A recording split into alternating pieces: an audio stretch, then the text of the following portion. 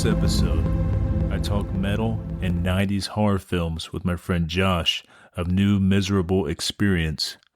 I had a really good time talking with Josh. This is his second time being on the show, and definitely won't be his last time. After you're done with this episode, make sure you check out my fellow horsemen of the podcast Apocalypse, Everything Went Black podcast, Into the Necrosphere, the Necromaniacs podcast, Spitball Media, Iblis Manifestations, and the Soul Knox podcast. Also, don't forget to subscribe on whatever podcast service that you use. That helps. And also leave a rating. Also helps a lot.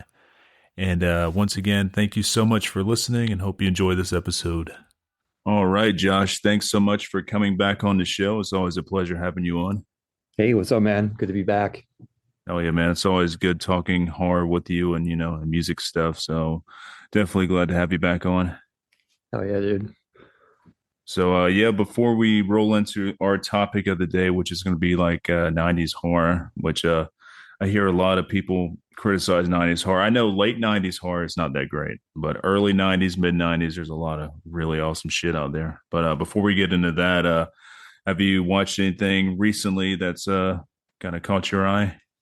Well, I watched Rabbit Trap last night, and I watched some reviews on it after, and I have a lot to say about it, I think. And it definitely, maybe vaguely, I'm not sure, but in my mind, I see some influences from the 90s that might not be so apparent that I think a lot of these reviewers overlooked, but we can discuss that as we go. Yeah, I don't know if you got to check out my top 6 of 2025 yet, but that was either an honorable mention or it made my list. I can't remember now, but yeah, I did listen to the episode with you and Mike Hill. Did not get a chance to watch a lot of those other ones, but they're on my list to watch. Watched all the trailers for them. Mm-hmm. So you guys did Bring Her Back, Strange Harvest, Keeper looked really interesting to me. Long Walk in 28 Years, the Bone Temple. Mm-hmm. And Rabbit Trap, I think, was mentioned in there, and that's what. Nice. Yeah. So yeah, with Rabbit Trapper, I guess we can kind of get into it a little bit or whatever. I really dug it. What were your thoughts on it? Well, I had no idea what it was about when I started watching. I just knew they were sound recordists. Mm-hmm. I didn't think they were making an experimental album. And I didn't think she was like a known artist, and they seemed to take over that house. And it seemed like they were kind of scoring the movie as they went with the sound recording, unintentionally, but to the viewer, it looked like the sounds they were collecting were like peppered in later in the movie, a couple places, I think, which I thought was interesting, which kind of reminded me of some of these 90s movies, like sort of reminded me of these movies where like the director would kind of be in the movie, like Cat in the Brain, Mm-hmm. or like New Nightmare was like sort of self-aware for a minute. It's almost meta. Yeah, like Yeah. but it wasn't at the same time, which I thought was kind of interesting. And it was like you have to really pay attention and like watch this movie, I think. And I think a lot of the reviewers kind of may have thought it was boring or kind of empty, but I kind of disagree with that. Mm-hmm. I thought there was a lot of, subtext going on in there. And another movie it reminded me of was the Stendhal syndrome. Oh yeah, that's a good one. Where, doing or ingesting or viewing or listening to too much art like makes you sick. Mm-hmm. So I guess the perception of the sounds sort of were making them sick in a way. Maybe these people who made this Rabbit Trap movie, maybe they watched these movies and kind of picked these little micro ideas from it, but I'm not sure. But that's kind of what my brain went to. No, that's a good like review of this one. But yeah, I've heard people say it's boring too. But I found it like awesome. I love atmosphere, and this has this Yeah. plenty of atmosphere, and Oh, I mean synthesizers. I mean, come on, dude, and the stuff they were actually making in the movie, like the music was awesome. Like I would fucking buy an album, you know? yeah, it was really cool. It also reminded me a little bit of Daniel Licht, Hmm. the composer. He did Dexter, he's most famous for. He'd use like bones and stuff and that for whatever. Uh, some of his music it reminded me of. I don't know if it says what we were talking about meta, but uh, the sound kind of reflects what's going on in the movie, and the items used reflect things from the movie, as did in Dexter of the bones and stuff. Yeah, I could definitely hear and see that. Yeah, Also, too, with this one, it's I mean, it's lightly classified horror. It is a horror, but folk horror and stuff. But it's kind of like it's a bit of a kind of a sad, like heart wrenching story towards the end. Like not too many spoilers, but like like with the woodland person that they meet, who's kind of not really a person at all, yeah, towards the end and stuff. Like it's kind of heartbreaking, it's sad. yeah. It was sad. It was not what I was expecting, but at the same time, I wasn't. I kind of felt like it was going that way a little bit, but I Hmm. also felt like it could have gone anywhere. And yeah, I don't want to spoil anything either, but the part at the end where it concludes, um, I felt was the way it should have concluded instead of some sort of louder kind of conclusion.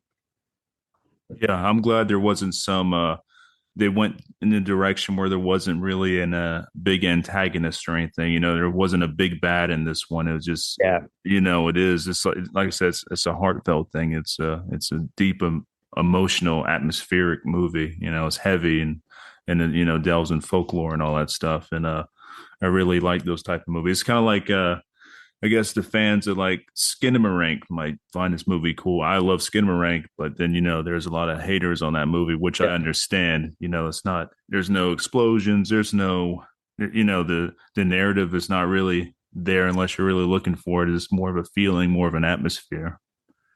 Absolutely. There was a lot of in the reviews, and I sort of forgot about this while I was watching it, but there was definitely the subtext of the communion that his dad kept giving him, and the his wife or his girlfriend either not being able to conceive a child, wanting to conceive a child, or not wanting children, but then she seemed to want to have this woodland person as her child.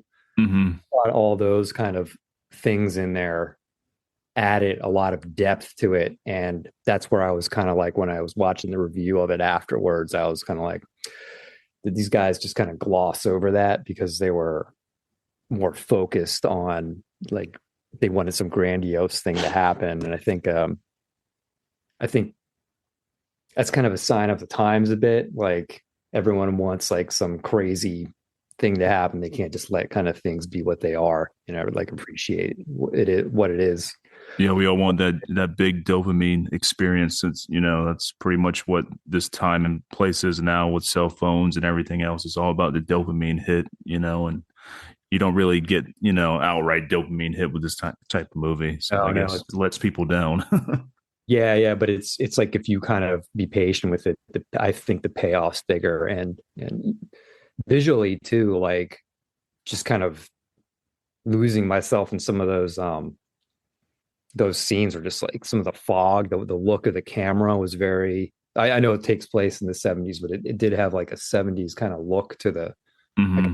film grain. I'm pretty sure they shot it digitally, but um, yeah, it was just like a really good looking movie, and I really enjoyed it. So I think it's a little faster paced than some movies I've said are slow paced, but it's definitely for the average moviegoer probably a slower pace. Um, Yeah, this was also I believe it was a Spectrovision movie, and usually anything Spectrovision has their ties to is always awesome. It's usually like kind of artsy or just out there. It's on a different wavelength of things. And they did my favorite movie, Mandy. So anything Andy, yeah, Spectrovision does is like fucking gold. awesome, dude. Yeah.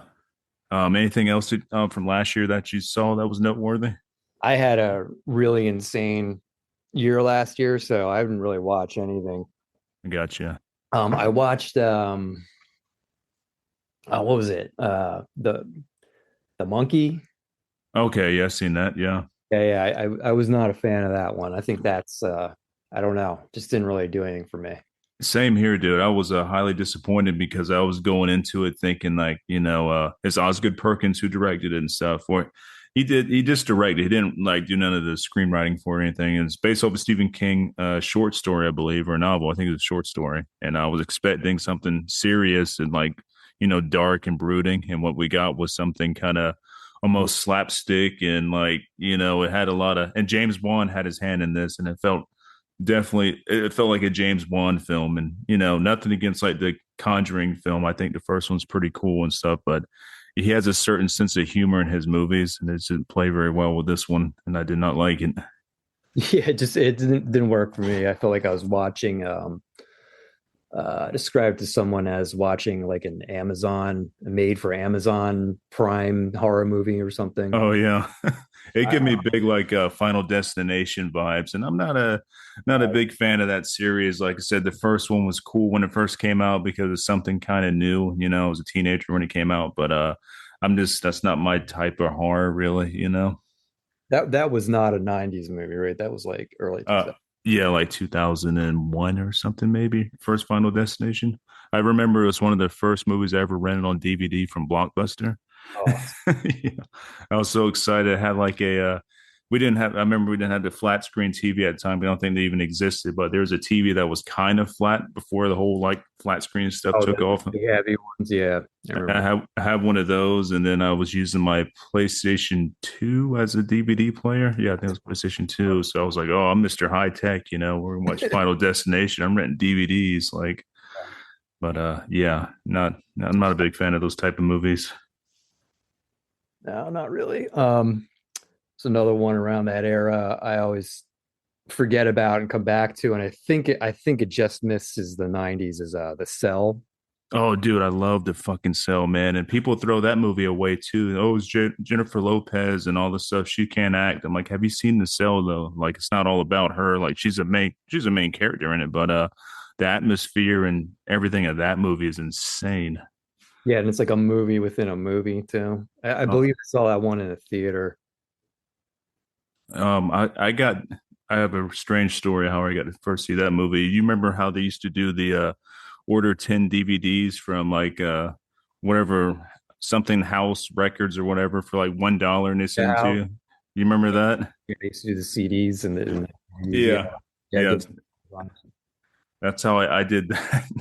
So when I was in I think I was in middle school when this came out, and I did the whole like DVDs for $1, and that was one of the films 'cause I wanted to see it really bad, and I didn't get to see it in theaters and stuff. And yeah, it blew me away back then, and it still does now. It still looks so good, and it captures that whole like dream nightmare feel like 100%. Like some of the images and stuff in there is like fucking haunting as hell. Yeah, the imagery, like I believe that's the one where they bisect or they do the like the cow. I think it's a cow or a horse. It's a horse, yeah. Where yeah, that scene is like, what the fuck, man? Yeah, that was like a what the fuck. And I remember there being some other movies of that era where they did that. I don't know if they ripped off the Cell or the Cell ripped off that from them. Like I think they did it in like 13 Ghosts or something. Like the Yeah, 13 Ghosts. Yeah, that's when they bisected the lawyer guy, and they also did it again in the remake of House on Haunted Hill. Like around that time frame there, like there was a similar feel to all those type of movies, and I really dug all three of those movies. But Yeah, I was good. I don't really remember them, but I do remember going to the theaters in Philadelphia to see all those movies. House on Haunted Hill in particular, I'm definitely sure I saw that in the theater.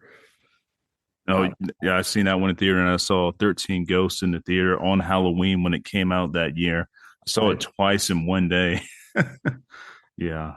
Another one, I think I'm not sure if it's a 90s movie, but I definitely saw it at the same theater, Queen of the Damned.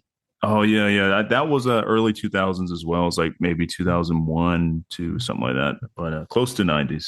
The one pop singer who passed away, I forget her name. Aaliyah, I believe. Yeah, yeah, Yeah. yeah. In a packed theater, full, loud, people screaming at the screen and stuff. I had the soundtrack to this. Like back then, I still listened to like new metal and stuff. You know, it was all over the place back then. I was young. I didn't know any better, but yeah, some of the new metal was all right back then. But I was a Korn fan, so I was like, oh, Jonathan Davis did like all the pretty much the whole album. You know, wrote most of the songs and stuff. Like that's pretty cool. And Or Queen of the Damned. yeah, yeah, he did a lot of writing for that. Like in the movie, it's all Jonathan Davis doing the vocal stuff for Lestat. But on the album, like they had like the dude from Orgy doing vocals. There's a variety of different vocalists on the album, but on the movie itself, it's all the Jonathan Davis. Very, very 90s stuff. All right. Yeah, yeah. But you know, looking back on that movie now, it doesn't really hold up like it did back then. You know, it was a fun one back then, but it's like Yeah. it's something. You know, I haven't seen that since the theater, so it's good to know. Maybe I'll like do a YouTube cut of it or something. Yeah, it's a nice hit of nostalgia for that time period, big time, because it is totally early 2000s, and you can feel all that in that movie. But yeah, it doesn't hold a candle to like Interview with the Vampire, the movie or the TV series. I don't know if you checked out the TV series of Interview with the Vampire, but it is very good. Is that newer? Yes, it started 2 or 3 years ago now. I think the new season's coming out sometime this year. I'll check that out. Absolutely brutal. It comes on out on AMC, so I guess it can get away with more gore than most other networks. And Oh yeah, yeah, because of The Walking Dead and all that. mhm. And the guy that plays Lestat in this one is fucking awesome. I'm going to say it now. He's better than Tom Cruise in the movie, which I thought Tom Cruise was awesome, but Yeah, I can't remember this fellow's name from the TV show off the top of my head, but fucking awesome Lestat. He's the Lestat you would think would be Lestat when you're reading Anne Rice novel, you know? so the stat I want. Yeah, Yeah, yeah, yeah. check that out for sure, man. What was another? Yeah, I remember. I'm not sure if I saw this one in the theater, but that Bram Stoker's Dracula with Keanu Reeves in it.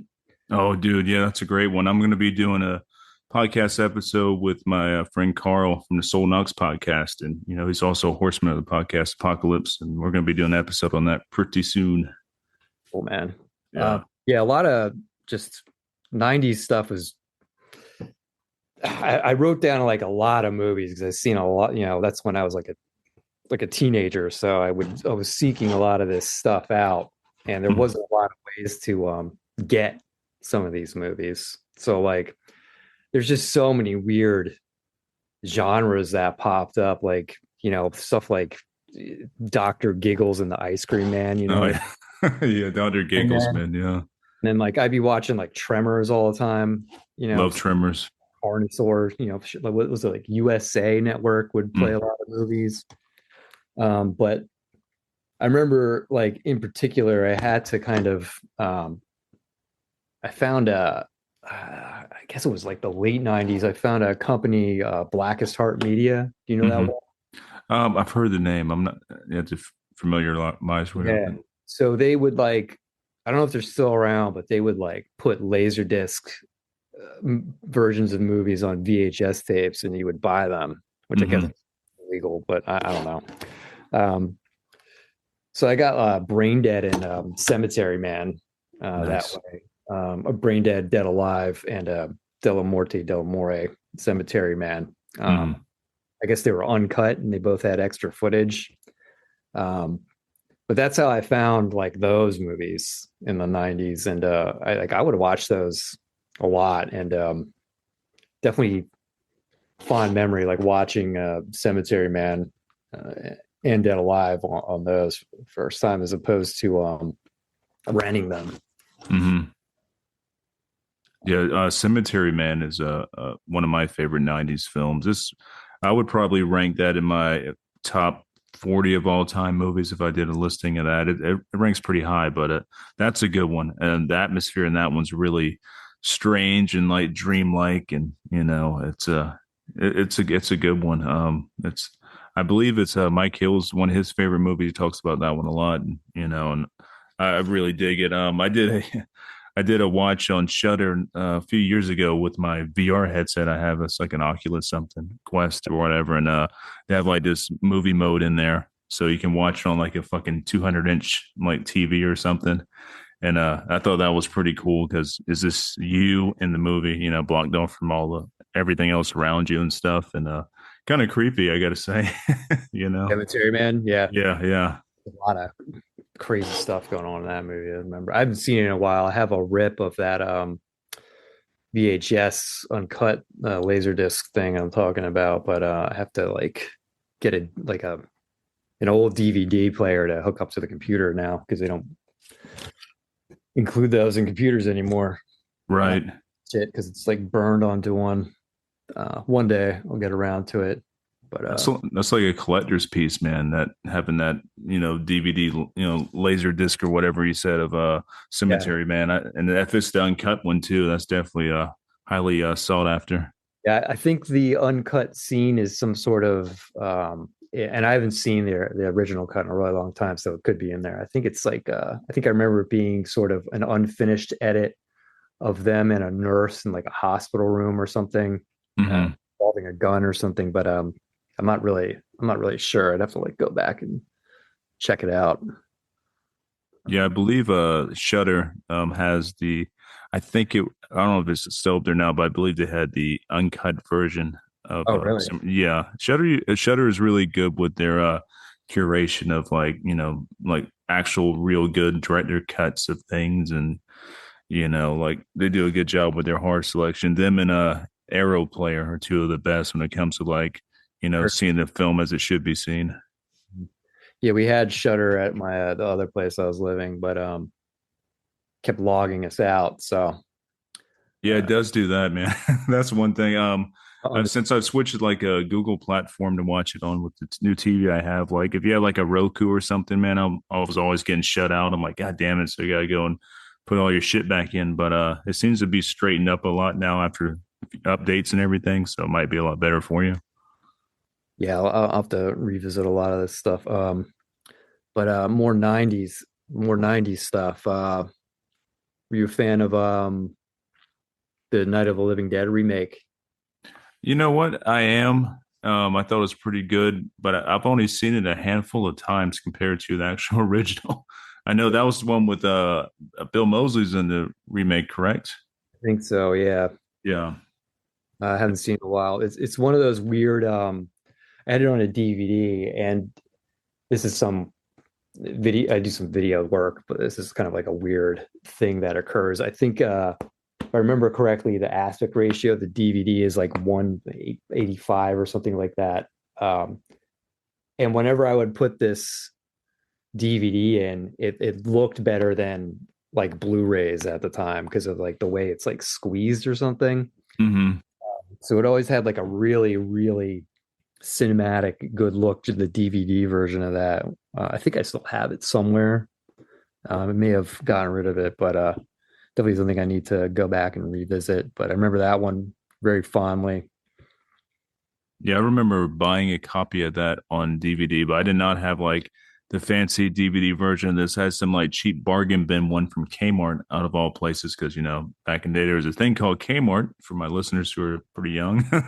We had all these different stores, but I remember getting like a $5 DVD of it. And it was horrible quality. It was like they said like tracking marks in it, like somebody got it straight off of the VHS or something. I don't know. It was just really bad quality. So. Yeah, it's weird how like people were ripping VHS onto DVDs and ripping laser discs to VHSs and all sorts of crazy shit. What was another one I got that way? Wild Zero, I got that way, like Hmm. a DVD rip of a DVD. I think it was a '99 movie. I think I don't know if you've seen that one or Versus. I think that was Oh, 2000. yeah, I've seen Versus. Yes. Yeah. Wild Zero is like a it's kind of like a zombie movie with like a rock and roll band that fights. It's out there. It's like a Japanese movie. They like fight.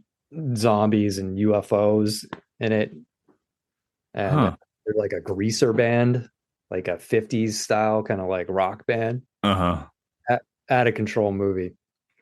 Wild Zero. It sounds familiar. I've watched a lot of movies back then, so it does Yeah. sound familiar. It does sound entertaining as fuck. So There was another movie around that time. I don't think it's '90s, but it's another Japanese one called Junk, Junk. Okay, I think I've seen that one. which is like like a more splattery kind of zombie movie. But if we're talking '90s Japanese stuff, I got to bring up a Ringu, which I think I got a rip of a DVD to watch, or I rented it, borrowed it from somebody. Hmm. Really wild watching that when that came out. Like obviously now it's been beaten to death, but I think when that came out, that was definitely there was a lot of something to that. Yeah, that was a good one. What was they did an American version with Sarah Michelle Gellar, I believe, I in saw the that in early theater. 2000s. Yeah, it wasn't bad. It wasn't great either, but it wasn't Yeah, bad. had a cool look to it. Hmm. Um, a lot of interesting visuals in that one too that weren't in the original. The other '90s Japanese movie I definitely stuck with me was Audition. Oh, dude, yeah, audition. Yeah, that one will never leave you. Uh, the Wire. No, Yeah. absolutely not. Yeah, that's like I remember watching that I want to say that was on DVD. It could have been VHS. I think it was DVD though. It was like a box set or like a triple feature, like the three extremes, I believe. Three And Extreme. yeah, and that's where I first saw it. I'm like, holy shit. It was like that one. I want to say the what's the other one? Dumplings was on there as well. And Dumplings was yeah. That was gross, man. It's like a gross movie. Yeah, yeah. I don't know. Have you seen Dumplings? I don't know that one. No. Okay. Well, I'll go and tell you the main thing. I mean, I'm pretty sure this is spoiler or whatever, but the dumplings were like fetuses and shit. So it's like, and the way they were like slurping them up and everything to try to keep them young. It was, man, Okay, yeah. yeah, Relevant to things yeah. happening now. Okay. And the crunches and all that shit too. It was like, man, dude, don't eat while you watch that. Yeah, I remember eating during I was eating during that Brain Dead. I was watching Brain Dead when the goo goes into the pudding. Oh yeah. That was the only time me and my this guy I used to be friends with would have stopped eating during a horror movie. Like Yeah, that's a rough one, I, man. I was eating during that for some reason. I don't know. I had to stop. It's too much. Yeah, and usually like I can eat during any kind of like gross horror movie for the most part. I'm trying to think of other ones that like kind of fuck with me, but not off the top of my head really. Like it doesn't bother me. I think it's funny when people are like, "Oh, how can you eat?" and you're watching that. I'm like, it's fine. It's Yeah, whatever." this some stuff it's like whatever, but when it's I don't know that when it's like pus, yeah, forget it. Yeah, yeah, like bodily fluids like that kind of those get to me. I'm not a big gross out person when it comes to movies. I'll still watch them just to have them, say I watched it and let you know my thoughts on it, but that's not really my type of horror is the gross out stuff really. But Yeah, not me either. I mean, occasionally I like it, like with Dead Alive, but I think I'm more into like of that era, like like Army of Darkness style. If I'm gonna go. yeah, It's funny, more fun, goofier kind of stuff. That's kind of splattery. I got a 90s film for you. You may have seen this or you may have not have seen this. I kind of made a list of like kind of under the radar type films from the 90s, but I think this one's pretty under the radar. It's from 1992 called Split Second. You ever seen that with Rutger Hauer? Sounds familiar. I may It's have seen it, but dude, like I'd have to like watch a trailer or something. it's really awesome. It's on Tubi right now for free, and I think the cut they have on Tubi is like the more recent, polished version of it, where it looks a lot better. But I remember renting this when my dad rented this when I was a kid from Blockbuster on VHS, and the monster in this or alien, whatever you want to call it, looks exactly like what Venom should look like. From Spider-Man. Awesome. Dude, he still holds up. It's a brutal movie. It takes place in the future sometime, and like the whole world's all kind of like Blade Runner and shit. A lot of rain, a lot of like cyberpunk aesthetics and all to it. And then you got this serial killer going around like fucking popping off people's heads and brutally just butchering people, and they think it's a man, like some guy doing like ritualistic kills and stuff. Turns out it's not a man at all. It's like this creature, and he looks just like Venom, full costume and everything, no CGI, none of that shit, because it's back in '92, Yeah. and it still holds up. It is an awesome movie, and especially if you're a fan of Rutger Hauer, which I loved everything he did for the most part, and this is one of his best. Yeah, that sounds a little familiar. That movie, was it Extra? That Oh comes. yeah, Extra, yeah, dude, that's a good one. Um, but again, like these are things I watched back then, so like my memory's a little fuzzy on it. But Yeah, definitely give a Split Second another viewing. Like I said, it's on Tubi for free. You can find it on Amazon. It's streaming on a lot of places. It's kind of made a bit of a comeback on the streamers past couple of years now. I have a special edition Arrow Blu-ray of it somewhere in my collection that I don't even watch because I don't want to fuck it up. so in my search for trying to remember movies from back then, I came across one I totally forgot about. It was more of a like a theater movie, A Man's Best Friend. Do you remember that one? Man's Best Friend. Is that the one with the giant Rottweiler? Yeah, it's like I don't think it's a raw wire, but it looks like one. And Man, okay. Is that the one he's like genetically altered to be like a killing machine or something? they're supposed to make him into like the covers like him looking like a Terminator dog. Yeah, yeah, dude. Yeah, I remember this Never one. happens in the movie because they ran out of money. And he's like the dog's like pisses acid and Yeah. and under the yeah, I watched the scenes from it. I was like, oh yeah, I remember this one. Like this movie, this movie was out there. Yeah, it kind of scared me as a kid because growing up, I was a bit afraid of like dogs, especially bigger dogs. Had some bad encounters with them. So this one kind of got me a little bit as a kid. And I also did not dig the cat scene because I am a big cat person. And I was like, God Yes, damn it. Yeah, I was like, don't fucking. I was like, fuck. I kind of ruined it for me. But that scene was definitely. I mean, it's puppets clearly in the scene, but yeah, when I was younger, like yeah, a yeah, little bit. yeah, that's a good throwback to weird '90s stuff. That's about as weird as you can get for the most part of the '90s. Like, Much weird it's a stuff. Like what was it like Tales from the Hood? It was a weird one. I enjoyed that one a lot. I did not like the they did a Tales from the Hood 2 in like mid 2000s or like 2015 or something. I didn't really enjoy that one, but the original one is still that scene where they're doing the whole voodoo doll stuff and they're like breaking the dad's arms and shit like the kid is. Like that was brutal. Yeah, there was definitely like so much crazy stuff from the 90s. It's definitely its own like thing. Like and this is a horror adjacent one, I guess, but I remember this. I haven't seen it since then, but the Good Son with Macaulay Culkin. Yeah, that is a good movie. It's an evil ass movie like Macaulay Culkin evil. Yeah, like straight up evil. Like, dude, what? I don't think you could like get away with that stuff now. Maybe. I'm not sure. Yeah, I'm not sure, but yeah, I would definitely consider that one like a horror movie. That yeah, there were some fucked up scenes in there. I remember him letting go of the kid up in the treehouse and stuff, and I didn't Yeah, think it like was. real life stuff with kids and just some total psycho kid. Yeah, and I knew some kids like that growing up. Yeah. Like I Couple. think they might try to kill you. You know what I mean? Yeah. I mean, it's oh man, so much weird stuff. Another under the radar one that my friend lent to me was Hiroku the Goblin. Do you know that one? I have. Yeah, I've seen that one. Definitely a wild, like I don't know if it was stop motion, like heads with spider legs running around. Yeah, that always creeps me out, man. I'm not the spider leg thing. Like if they're coming out of things that they shouldn't be there, that's not a spider. It kind of freaks me out a bit. Yeah, I'm trying to go through some that I think I saw in a theater. Um, yeah, definitely I saw some of these Halloweens in the theater, like Curse of Michael Myers. Like Hmm.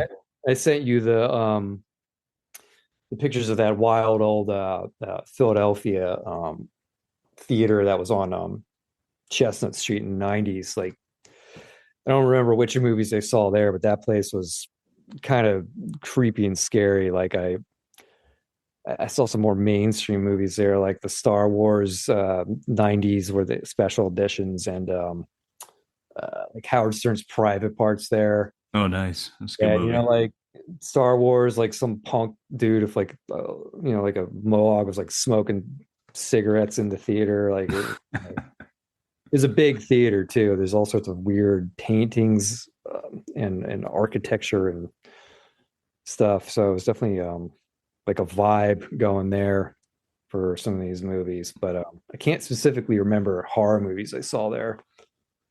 The theater, like those pictures you sent me, reminds me of something like the Phantom of the Opera would, be lurking around in, Yeah, yeah, the Sam Eric theater. If anyone happens to be listening from Philadelphia, but yeah, we'll just like walk over there after school and we go and see whatever. We might have seen that Hellraiser 4 movie I was talking about, the one where they're in space. The Daniel Licht scored that one. Oh yeah, dude, and I dig that Hellraiser. I know a lot of people like, oh, everything after Yeah. Hellraiser 2 they don't like, but Hellraiser 4 is great.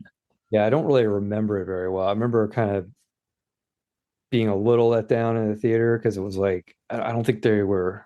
I don't think Pinhead was in it that much, if I remember correctly.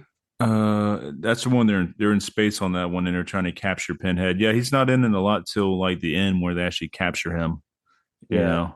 But it begins with like a really brutal scene with like the old like aristocrat guys or whatever trying to I guess they're skinning some girl to try to conjure Yeah, the I remember that. Cenobites. I'm like, fuck yeah, It's crazy fucking brutal, man. shit. That other movie he scored, Daniel Licht, Thinner. That's a good one. Yeah. I just seen that there or one of the other Philadelphia theaters. I remember that one. That one stuck out a little bit to me. Such a Like, weird film, man. Like the makeup and all they chose to do with the main character, he starts losing weight and stuff. But you can obviously tell he's in a fat suit at the beginning. But yes, I but it's remember still that. there's a weird thing about it where it's like super creepy and it's still effective even though it's a fat suit. There's just something, Yeah, the effects are creepy in that one. that's a Stephen King one, I believe. Yeah, yeah, The other one everyone talks about, of course, is Misery, which I yeah. watched a little more recently. Somebody, great movie. Classic. But yeah, Thinner. This is one of those movies that kind of gets overlooked or forgotten a little bit, I think. Yeah, you don't hear too much about it. It's not like in the top 10 of Stephen King film adaptions, I guess, but I think it should be at least in the top 20 or there's so many different Stephen King movies that are out now and being made now, but that would be one they should maybe give the remake thing to instead of like remaking The Mist. I don't know if you know they're remaking The Mist, which And I don't see the point of doing that because the movie was awesome. yeah, I like that movie a lot. They're remaking it as we speak. A movie or a series? It's going to be a movie because I know they did the Mist series, which wasn't that good. I didn't really enjoy it too much. It didn't last long here before it got canceled, but yeah, they're just remaking the movie again. I'm like, man, you have all these different Stephen King stories to choose from and stuff that hasn't been made into a movie yet. You choose to remake a movie that's already great and holds up because it's not that old. What they do, man. And Yeah. they were doing it in like Alfred Hitchcock remade one of his own movies too. Well, I'll just pivot here. Like, I don't think this was a uh I think this is technically 89, but I think it was released in 1990 in the US. The Church. Good one. Yeah. The guy finds the map in the mouth of the architect. Hmm. Um, all sorts of crazy shit happens. Just like I remember just being like I think it's the one where there's like a throne of like bodies or something. Yeah. Yeah. There's a lot of like, and then was that other that in the mouth of madness. Oh, dude, that's a classic. I have that another era. I think it was Arrow that did. I have another special edition Blu-ray. It comes with like a book or something, like a little mini book or something. And yeah, that's a great one. That's like the closest, like or best adaptation of what could be an H.P. Lovecraft story. That's not an H.P. Lovecraft story. You know? That's got that Sam Neill guy from Jurassic Park in it, right? Yeah, yeah. Sam Neill, awesome actor. I remember what I was going to talk about. I don't know if we talked about this last time. Was it the Langoliers? Is that how you say it? Yeah, the Langoliers. Yeah, The TV series with I think it was Bronson Pinchot. yeah, yeah. From That Perfect TV storm. show. Yeah.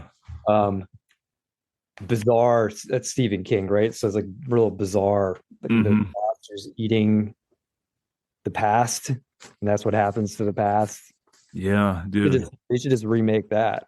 I would love them to remake that because even though CGI I is terrible in that oh, the one. CGI is so bad now, and that's the only thing that's like really horrible about that TV series was the CGI. Like the story and all, and the actors were great. Is just when you see those things coming like through the trees and stuff, like, oh, what are they going to be? They're going to be some kind of epic monsters or whatever. They're fucking CGI balls with really I bad CGI teeth. think it freaked me out because I saw it pretty young, but I forget what year that came out. Yeah, I miss those miniseries, man, from back in the 90s. Like there was always a new Stephen King miniseries for like years and years. Like they would have different ones and stuff like Storm in the Century, Langoliers, the Tommy Knockers, and of course the best of all of them, It the miniseries, which is still the best version of Pennywise, Tim Curry. Oh yeah, I got to watch the Dairy series. Welcome Yeah, to. yeah, Welcome to Derry was very well done. There's a few spotty CGI moments, man, like in the third episode, I want to say, when they go in this graveyard. But if you can get past that, everything else is great. That episode itself is just kind of weak, but everything else on that series was pretty fucking good. Yeah, I mean the time is it's a good time for them to go back and get some different source material instead of beating certain IPs to death. I feel like for Stephen King. Yeah, yeah, so much to work with too. Like, why you want to go repeat stuff? He's got some newer things out. I don't know if you have read what was the name of it? Fuck, Fairy Tale that he did recently, which I hear nobody talk about, and it came out about maybe 5 or so years ago. Is that the one where the guy finds the passage Hmm. grandfather or the house and he goes to some like fantasy land? Yeah, dude. And when he gets down there, it's like some Lovecraft shit going on. It's really dark and fucked up. I don't know if we talked about it, but I listened to that entire thing on audiobook. I thought it was really good. I thought I actually was more invested in the first half before he got to the fantasy land a little bit more than when he was there. But Hmm. I thought it was great. Like definitely, different for Stephen King. Uh, Yeah. and definitely like a really great kind of self-contained story. Yeah, dude, I totally agree. I did audiobook version of that as well. And I mean, that would make a fucking awesome movie or miniseries because it's pretty long book. So you could probably, make a 4 episode miniseries on it or something. Yeah, yeah, definitely should get back to that shit. I'll just pivot again here since we're talking 90s. What was your opinion on seeing something like The Blair Witch when that came out? You know what? I liked it, but I didn't really know what to think of it back then, but I did love all the promotion for it. Like, was this shit based on real stuff? Was this a real documentary? Like, we really didn't know back then because I think when this came out, I think internet was just starting to be a thing with like everybody, like it was back in the AOL days and stuff. And so when you did your research, they could kind of close it off a bit where you didn't know if it was real or not. And for what it is, it's cool. I got to interview I believe his name was Bob Rock, and he worked on Blair Witch. He's actually one that designed the symbols used in that movie and stuff. He worked on set and everything. And Things hanging from the trees and such. yeah, and he told me it was definitely an experience. It was pretty rough being out there in the woods and dealing with the environment and stuff. And but yeah, I dig it. And and what it did for like mockumentaries and stuff was pretty big. It's one Yeah, of the first ones to do that. So because everyone was just saying it was real and people were believing it. It's kind of wild because it's just like VHS footage or whatever it was. I forget if it was like a film camera, but yeah, it just kind of reminds me of, like some parallels to now with like AI. And people are like, I guess some people are believing some of that stuff's real, or you can just say this is fake, it's AI. But back then it's like, oh, here's a semi-convincing videotape of this, and now it's a movie. Like, is it real? Is it what? What's going on?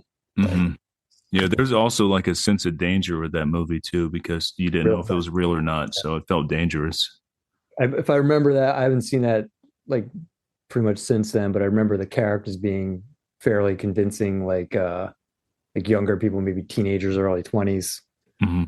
They all kind of seemed pretty freaked out. So They made a second one, the Blair Witch 2, that came out straight to VHS. like And a, that one, it wasn't a mockumentary, it was more just a standard like horror movie. But there's some cool things about that. If you remember, like there's these hidden symbols throughout the movie. So there's like a guide to how to find these symbols by like rewinding this movie at a certain time, then fast forwarding to this part and pausing the movie to see this stuff. I thought that was like the coolest shit ever. oh, okay. Yeah, I didn't know about that. Yep. I think it came with all the VHSs when it got released. Like But sort of like a guide almost. there's all this hidden like occult shit throughout the whole thing, but you have to find it and stuff. And like, I love stuff like that. They don't really do that anymore at all, with modern movies. But back then we had weird shit like that. Yeah, there were some really weird movies, man. Do you remember The Faculty? Yeah, dude. I like The Faculty. It's a great alien movie. Like, I don't know if that's really horror, but like, I definitely, I would call it horror. It's like sci-fi horror, It has some pretty scary scenes with those teachers like getting taken over and shit. yeah, just like weird shit. Like, I don't know. Let's see what some other ones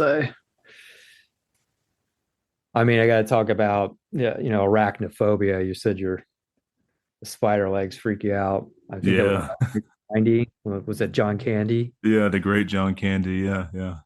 Um, No, not John Candy. That was the dude from Roseanne. okay. What's his face? Yeah, I'm find his name right now. He's on the Righteous Gemstones right now. Where Yeah, actually that was the yeah. most recent thing. Yeah, Definitely freaked me out. I mean, I was like probably 9 when I saw that. yeah, that's a good one. I haven't revisited that one in a very long time, so I don't even know how that holds up.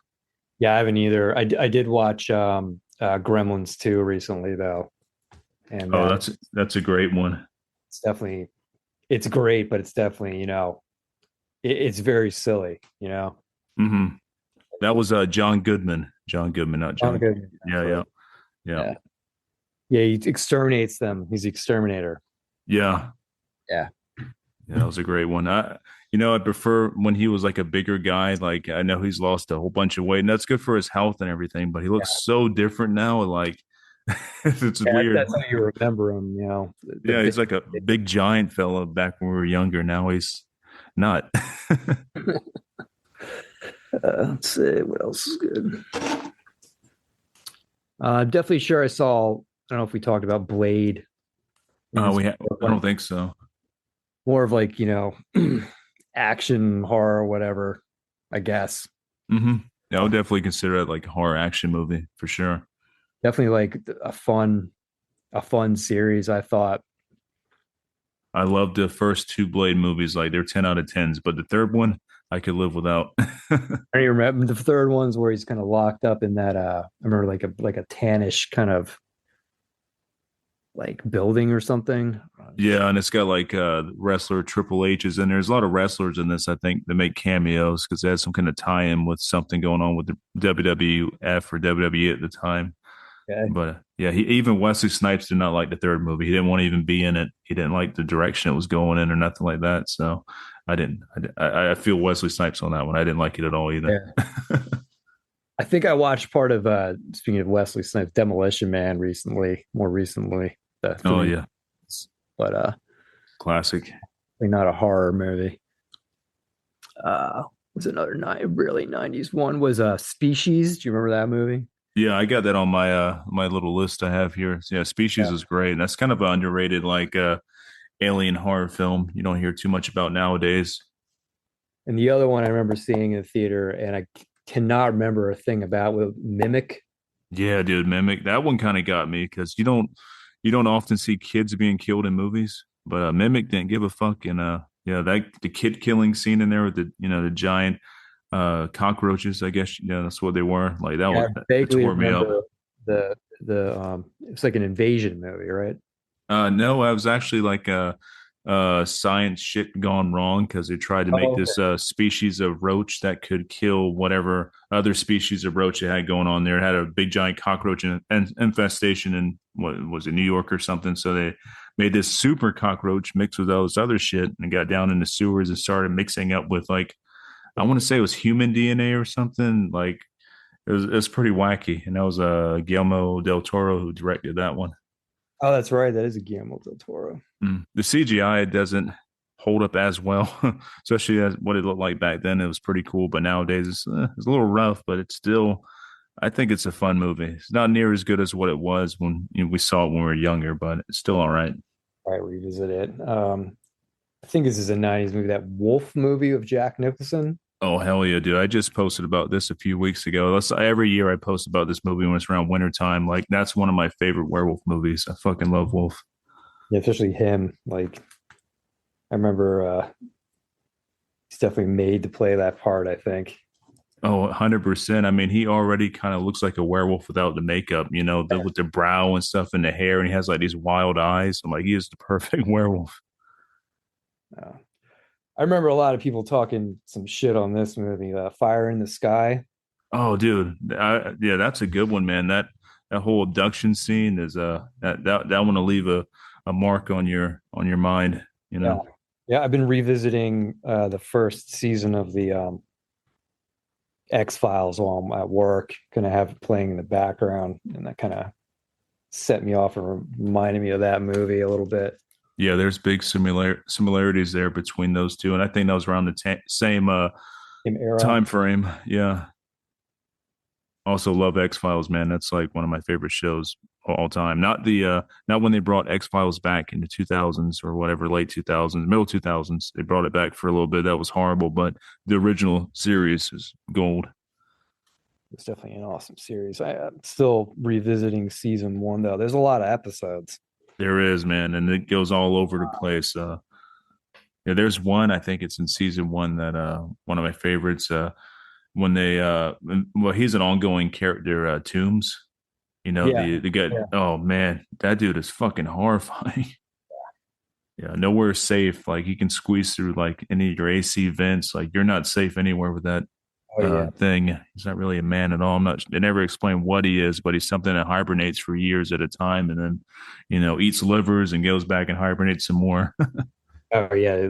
There's some nutty ass ideas on that show. Yeah. I don't know if that's something they should like bring back again, but I mean, it would be interesting if there was someone out there kind of writing stuff similar to that, just kind of these wild short stories. Like there's a bit of a void, maybe, or maybe there's something out there like that that I'm missing currently. Um. Only thing that comes kind of close to some of that, but this is even weirder. This show's off the air now, and they did 4 seasons. And I always bring this up on the podcast and all, but it's one of my favorite, most recent shows, and that was Channel Zero. And each season was a different story based off like a creepy pasta tale. But dude, like some of the best TV ever. Like Channel Zero was dark and just fucked up and totally strange. Have you seen any of those or no? No, no, I think we briefly talked online a bit about that, and didn't have a chance to check it out yet. Okay, yeah, Or it's on definitely. something where I have to pay for the streaming service. You know what? It could be on Tubi. Originally, it was a sci-fi show on the Sci-Fi Channel. Then Shutter bought it, so you might have to watch. You might have to get Shutter, like maybe a free trial just to watch it. You can probably knock them out in 2 weeks if you Yeah, wanted to. I'll have to give it a shot. I got to talk about um, Jacob's Ladder too, because Mm, that's definitely one it stuck with me, and I think a lot of people. Um, just the visuals, the story, how weird it is, and the look of it. Just hmm crazy movie. That was the originator of the head shake. Like I don't know if you know that. Like when they showed like I guess his demons or whatever in their heads like start vibrating and shaking. That was like a thing in the mid '90s to early 2000s, all the way up to like House on Haunted Hill. They used that same like shaking effect, and I always thought Yeah. that was pretty cool. Shaky head monster in House on Haunted Hill. I remember that. Yeah. And I think the Cell used that. A lot of Yeah, those so, films. Yeah. that. Um, and I don't know your thoughts on Shyamalan with the Sixth Sense. Oh, I So dug it, man. Yeah, that was a good one. that was a good one. I think the one scene where the kid is like locked into some little room. It was like a little door. I think that's at least somebody told me this is some kid I went to school with's house in Philly somewhere, but definitely like a crazy movie. And I feel like he hasn't been able to replicate that really. Not really. No. Can't think of a single one of his movies that I've seen past then. I did see, I think I saw Signs. I think it was called Signs, Hmm. alien movie in the theater. Yeah, I enjoyed that one. And I remember enjoying that. And I, of course, saw The Happening in the theater. And I don't know if you got this from those trailers, but I thought when I was watching those trailers for that movie that there were like people like floating around, like their bodies. Hmm. Some supernatural shit was going on where like people were like, or there were beings like kind of that didn't walk, they kind of floated around. Um, I don't know, from the trailer, I felt was like sort of misled me, or maybe I saw a teaser or something. But yeah, that one, I don't know about that one. Yeah, that one in the Village disappointed the fuck out of me, especially the Village, because I was expecting in there to be like some type of creature and stuff. Then at the end, it's like, Person. yeah, it's like, yeah, it's just a crazy village who wants to be isolated from everybody in the modern times, and they tell these stories to keep them, keep them in line. Like That one, that's that one I flip flopped on twice. I used to like it, and then I went back to not liking it. I like everything up to the ending. It's like cool up to there. It's like this is great, but I was like, I was solidly disappointed seeing that one in theaters. Yeah, I don't think I saw it in theaters. I think I rented that one. Child's Play sequels were definitely very 90s for me. Hmm. Uh,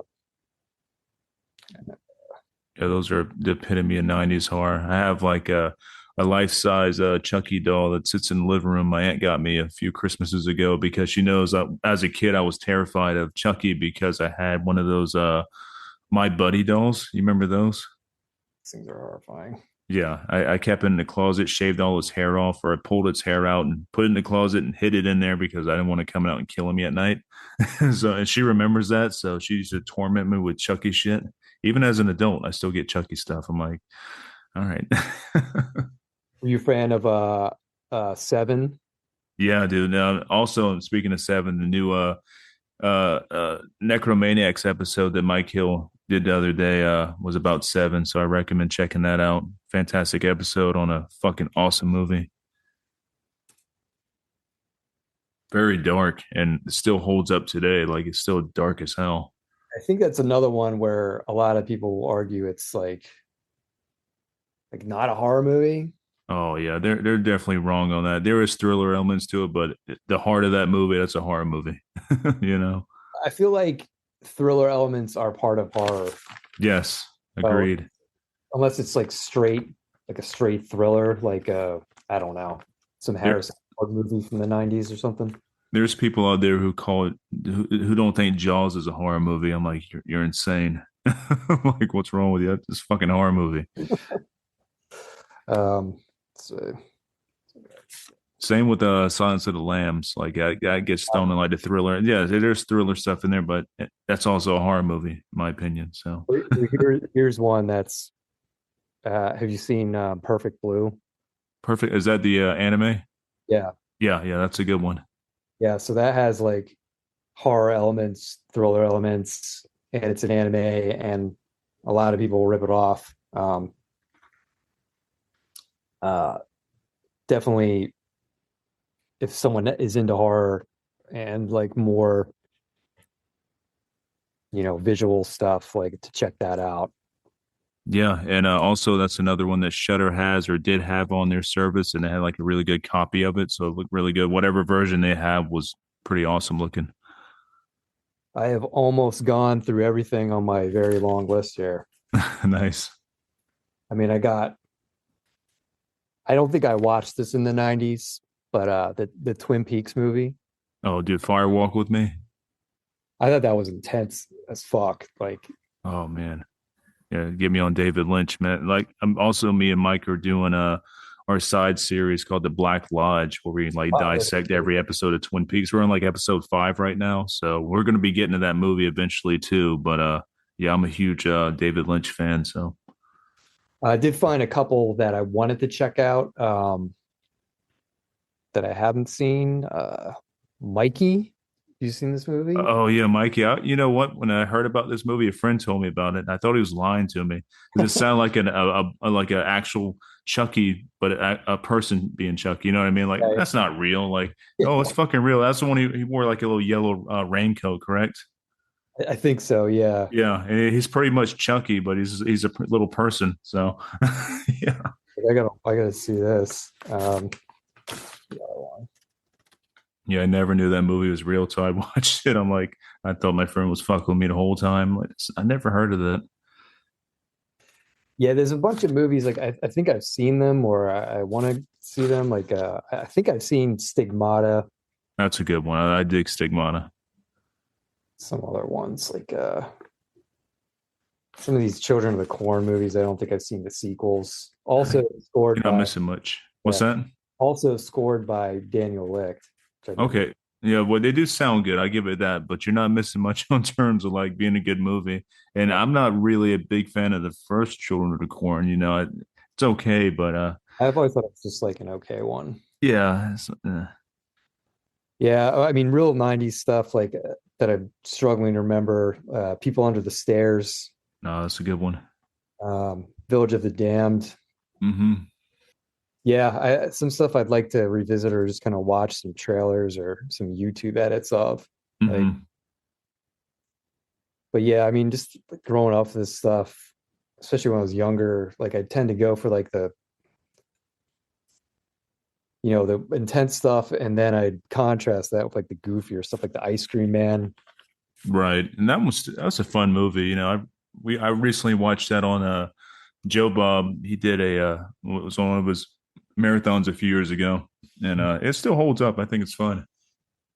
Yeah, just like going into you know, a Blockbuster or a local video store and just looking at the wall of horror movies, like it's hard to there's nothing really like that unless you go to there's some really suspect thrift stores in Philadelphia I went into where I was definitely in the presence of some criminals while I was in there. But they had like the wall of VHS and DVDs in there, and I was like, oh shit, they got like it looks like a '90s or '80s VHS video store in here. I was like, what's going on? It's just some random thrift store, middle of nowhere area of Philadelphia, and where all those factories are. And I was like, what is going on here? Yeah, I've been to Philly a few times. Played the Kung Fu Necktie. I think that's in the city, correct? Yeah, that's like a mile or two from where I live. Okay, yeah, I've been down in that way before, but I haven't really ventured too much in Philly. I think I've been there twice. So, That area's changed a lot. I don't know if there's any. They started doing upstairs at Kung Fu Necktie. I forget the name of what they're calling it, but they call it like the Clown something bar up there now. oh, they must have changed that when I played it because we played upstairs when I played there, and I Yeah, couldn't I couldn't fit my full stack up on that motherfucker, so I had to take one of my 212 combos up there after I already lugged all my shit across the fucking the highway there or the road, to get yeah, there. I couldn't fit my shit up there. yeah. They started showing movies up there. They showed some horror movie. I can't remember what it was, but I know they showed Fist of the North Star, the old anime Oh, nice. from the '80s, the movie, or it might have been '90s. I Uh, can't remember the I think it movie. was late 80s or like 88 or something like that. But yeah, that's a good one. Didn't get over there because this was during Snowmageddon up here. But, yeah, there's a lot of places showing weird horror movies or like low budget horror movies. Like they do it at Philomoka around here, which is an old mausoleum. Hmm. Started doing it over there at upstairs at Kung Fu Necktie. It seems like there's some place Rough Cuts that apparently does some screenings, which I think is in between Kung Fu Necktie and Philomoka in Philly. And they have done some screenings at Solar Myth, but it's been a while since that's happened. So yeah, it's good. Like it's just good to see that people still screen the stuff and show up to weird, movies, even if it's in the city and that's the only place you can find enough people to attend those things. Right. No, that is good. We have a place down the street from me called the Terrace Theater that's been around since the 90s. It's like family owned and they do like retro nights and all there with like old horror movies. I think they did a Firewalk with me recently. They did a showing of Mandy over there, but they did it on like a Monday, like 7 o'clock at night. I'm like, when I get off of work and I work out and stuff, I'm like, it's hard for me to do anything on a weekday like that because I'm fucking tired, so I couldn't make it, unfortunately. But yeah, I'm just happy they do stuff like that. Yeah, I mean, like it kind of sucks around here. They closed, like they bulldozed that theater I sent you the pictures of in Center City here. Like I think in 2002, they closed Riverview, which is another theater I used to go to all the time. Some of the art house places are still around in Old City, but what plays there is not always horror related. Hmm. Um, there's like enough around here where I'm like, this is good, but I kind of I do miss like I don't understand why they just bulldoze like those historic, like beautiful old buildings like that. Maybe it was a structural thing. I don't know what's there now, but Yeah, it's horrible, like getting rid of the history and stuff of the city like that. because they'll leave like the Riverview place, the building is still there, I think, which is like a more like an 80s, 90s kind of theater. Nothing really Hmm. interesting about it compared to the one I sent you. But like that one, of course, they bulldozed that one. So I don't know. Yeah, they're doing the same thing in South Carolina where I'm at. Like all the old historic buildings are being knocked down for the most part, and there's more housing being put up, like apartments, really expensive apartments that nobody can fucking afford to live in. That type of shit. They're building them everywhere because, yeah, a lot of people are Doing that moving down here, here. they're just throwing them up, man. They're It's probably gonna crazy. blow over in the wind one day, but Makes me want to move somewhere out in the woods. That's my goal in life. If I ever had enough money, we're gonna move yeah. us all out into the woods somewhere with good Wi-Fi. I gotta have good Wi-Fi. I'm not that much of a caveman. I gotta have fucking internet, but I get everything like delivered to me if I have to. But I want to get away from people.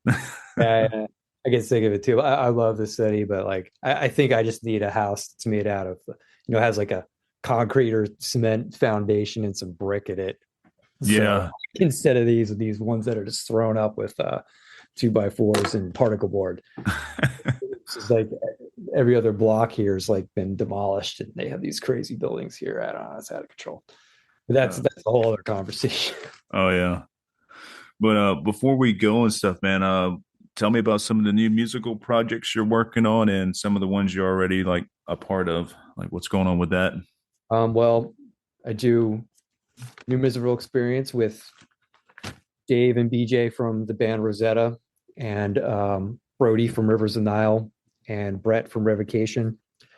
And we have an album out on Pelagic Records, uh, German label, called Gilda Lily. Streaming everywhere. There's a bunch of videos, content. I just did a playthrough on GearGods.net Oh, cool. of one of the tracks. It varies, like it's not all heavy stuff. There's cinematic sounding stuff, there's pop stuff, there's kind of like 80s kind of Cure goth rock stuff. There's some stuff that sounds like Sade, like here and there, some Portishead kind of stuff. It's fun. It started as a file trading project over COVID. We've never played live or in a room together. Hmm. um, Definitely the first time I fully did that. I have worked with some rappers and like singers that way, but nothing ever really turned into a release. Uh, so that's out now, kicking around the ideas of trying to play it, uh, maybe work on some more. But as of right now, everyone should just go stream it and see what they think, because it's definitely not what's expected from five guys from heavy bands, especially like in the realm of extreme metal. Like Brody's in Rivers of Nile, and they're on tour right now. Mm, Like it's like the least, it's like the furthest thing from that I think you could expect. Like there's some ballads on there. So I got that out. Um, there's some vinyl and stuff for that. Playing some shows with this band Savage Mystic. I'm in with Frank, who's in Integrity and Devil Master, and Sean, who plays drums in Devil Master. It's kind of like punked up, kind of thrashy, hardcore stuff. hmm. Shows. I don't know when this podcast will drop, but we got a show at Kung Fu Necktie. I think it's April 21st with the Virgos, which is an awesome uh, heavy band from PA with really amazing vocals, sung vocals. Okay, I Really haven't heard heavy of them. band, really loud. I think the other band's called Leather. I forget what the other band's called. Sorry. But yeah, it's a Kung Fu Necktie in April. We're working on some stuff more in the realm of heavy stuff. I might be working on some film things, possibly. We'll see. We can try to get into some scoring stuff. No, And, that'd be awesome. and I'm doing some other heavy projects, just writing a lot of things, trying to keep it varied within, not just doing one genre of music. Hmm. Um, I'm trying to play more guitar than synths, because that's kind of always been my main focus with writing. It's just doing guitars. So some acoustic fingerstyle stuff I'm trying to get into. And then just obnoxiously heavy, distorted stuff that, you know, makes kids want to kill each other or is just heavy as fuck, dude. Like, Yeah, that's still my bread and butter, man. I love this heavy, yeah, heavy shit. yeah, just trying to push my playing in the envelope with that as much as I can this year. Maybe Nice. some more shows. Savage Mystic went on tour last summer for a week with this band Funeral Dancer. Shout out Funeral Dancer. Young kids. Some Hmm. playing some like more traditional kind of thrashy kind of metal with guitar solos and Psy Warfare. The vocals of Integrity's weird noise band. Hmm. The Virgos were on a couple dates for that with us as well. So check out all those bands if you can remember. I'd appreciate it. Nice. Yeah, you're definitely staying busy. That's good. That's really, it's good to keep your mind busy and, have good positive things to do. Yeah, yeah. Trying to do that. Trying to do. I do some. I'm trying to get back into illustration and painting as well. Just like being creative, doing film stuff. Got some new cameras. We got a new camera, a new lens. Going to try to shoot some bands. Just do what I can, man. That's really cool. Yeah, I want to try to get into the film score stuff eventually myself with like the Braxis Horn stuff. I think that was kind of made for a movie that hasn't been made yet. You know what I mean? Like, You should I'd love to definitely do do that. that. And I Yeah. feel like I don't know if you're handy with the camera, even just shooting some B-roll stuff and scoring it would be fucking amazing for that project. Yeah, I've been thinking about it. I've never done any like video stuff. I've done like I do like Photoshop stuff with art. Like I do Photoshop art, I guess what you would call it. Like I did the first Abraxas Horn album cover. That's like the skull and stuff with the I think it's mountains around there. I did all that, Photoshop stuff. But I never done like video work and I would love to get into that or like have somebody do that, then me throw the score down for it or something with a Braxis horn or something, in that line of things. That's definitely the next evolution, I think, of what I want to Well, do with some of that. I'll throw an idea at you since you said you had a weird old webcam. Oh yeah, yeah, but it's actually built onto the laptop itself and it has a dad angle, so I don't know if that would be So worth a shit. uh, if you can, I don't know if you can do it because it's in the computer, but if you can get a camera or a webcam and you Mm, point it at the screen while it's filming itself and you start turning it, hmm. it'll start doing all sorts of crazy stuff. And I feel like there may be some ideas in that for you to do some bizarre video things if that's a creative outlet you would be interested in pursuing for weird video art.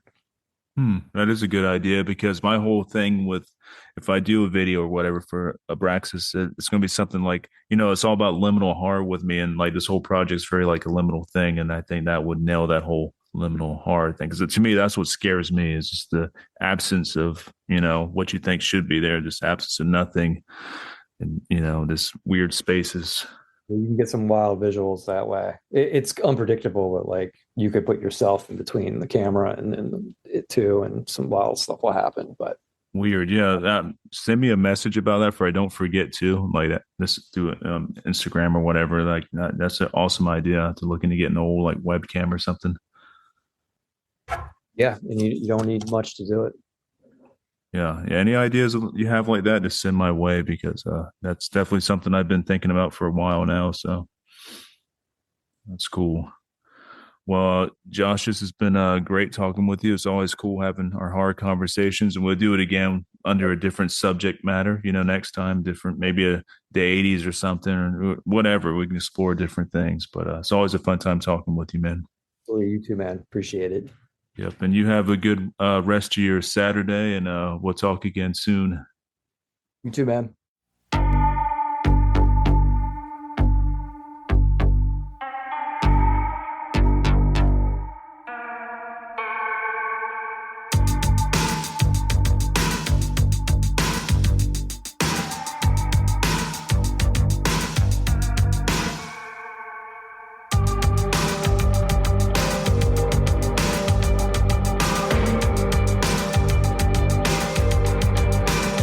The dead.